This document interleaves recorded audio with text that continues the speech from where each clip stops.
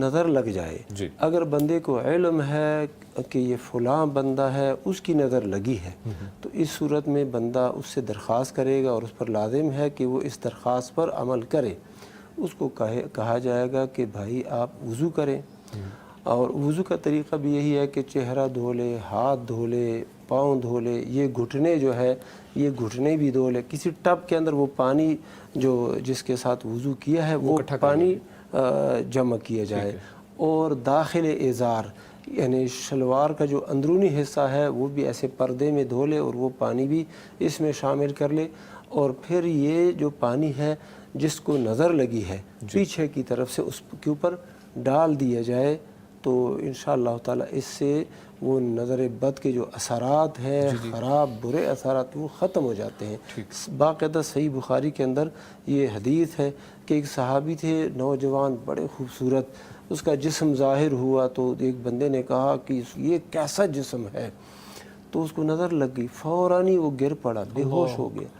تو وہ صحابہ جو تھے نبی صلی اللہ علیہ وسلم کے پاس آئے. نبی صلی اللہ علیہ وسلم نے یہ پوچھا یعنی کس پر تمہیں شک ہے کہ اس کی نظر لگی ہے؟ وہ کہتے ہیں فلان اس کی نظر لگتی تھی. تو ان کو اس کو بلایا تو اللہ کے نبی صلی اللہ علیہ وسلم اس بندے کو غصے ہوئے تو فرمایا الا ما یقتل احدکم اخاہ، کیوں تم میں سے کوئی شخص اپنے بھائی کو قتل کرتا ہے؟ جب تم کوئی کسی کو دیکھ لو اور تمہیں وہ اچھا لگے تو تم برکت کی دعا دو، بارک اللہ فیک، بارک اللہ فیہ، ایسے الفاظ کہہ دو. تو یہ اس کو یہ کہا، غصے بھی ہوئے اور پھر اس کو کہا کہ تم یہ عمل کرو.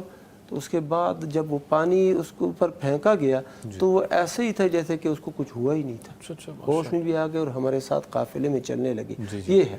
اور اگر معلوم نہ ہو کہ یہ کس کی نظر لگی ہے تو پھر بھی اللہ کے نبی صلی اللہ علیہ وسلم نے جو دعائیں بیان فرمائی ہے، انی اعیذک، بچہ ہے لڑکا ہے ایک ہے اس کو اوپر ہم یہ دعا پڑھیں گے انی اعیذک بکلمات اللہ التامات من کل شیطان وہامہ ومن کل عین لامہ، یہ نظر کے لیے یہ دعا ہم پڑھیں گے اس کے اوپر. اسی طرح سورہ فاتحہ پڑھیں گے 7 مرتبہ، آیت الکرسی آخری 3 صورتیں اور سورہ بقرہ کی آخری 2 آیات، یہ پڑھ کے اس نیت سے کہ اس کو نظر لگی ہے اللہ تعالیٰ اس نظر بد کے اثرات سے اس کو محفوظ رکھے. ہم ایسے کریں گے اور انشاءاللہ وہ نظر پھر نہیں لگے گی. ٹھیک ہے، بہت شکریہ مفتی صاحب، تفصیلی جواب اور دیا. اس حوالے سے نا ایک اور بھی کہ نبی صلی اللہ علیہ وسلم نے یہ بھی فرمایا جب تم سے غسل کا مطالبہ کیا جائے تو تم غسل کرو، یعنی یہ نہیں کہنا کہ میں کیوں غسل کروں، میرا کیا قصور ہے، کانسیپٹ سمجھا جاتا ہے میری تو نظر لگ ہی نہیں سکتی. جی.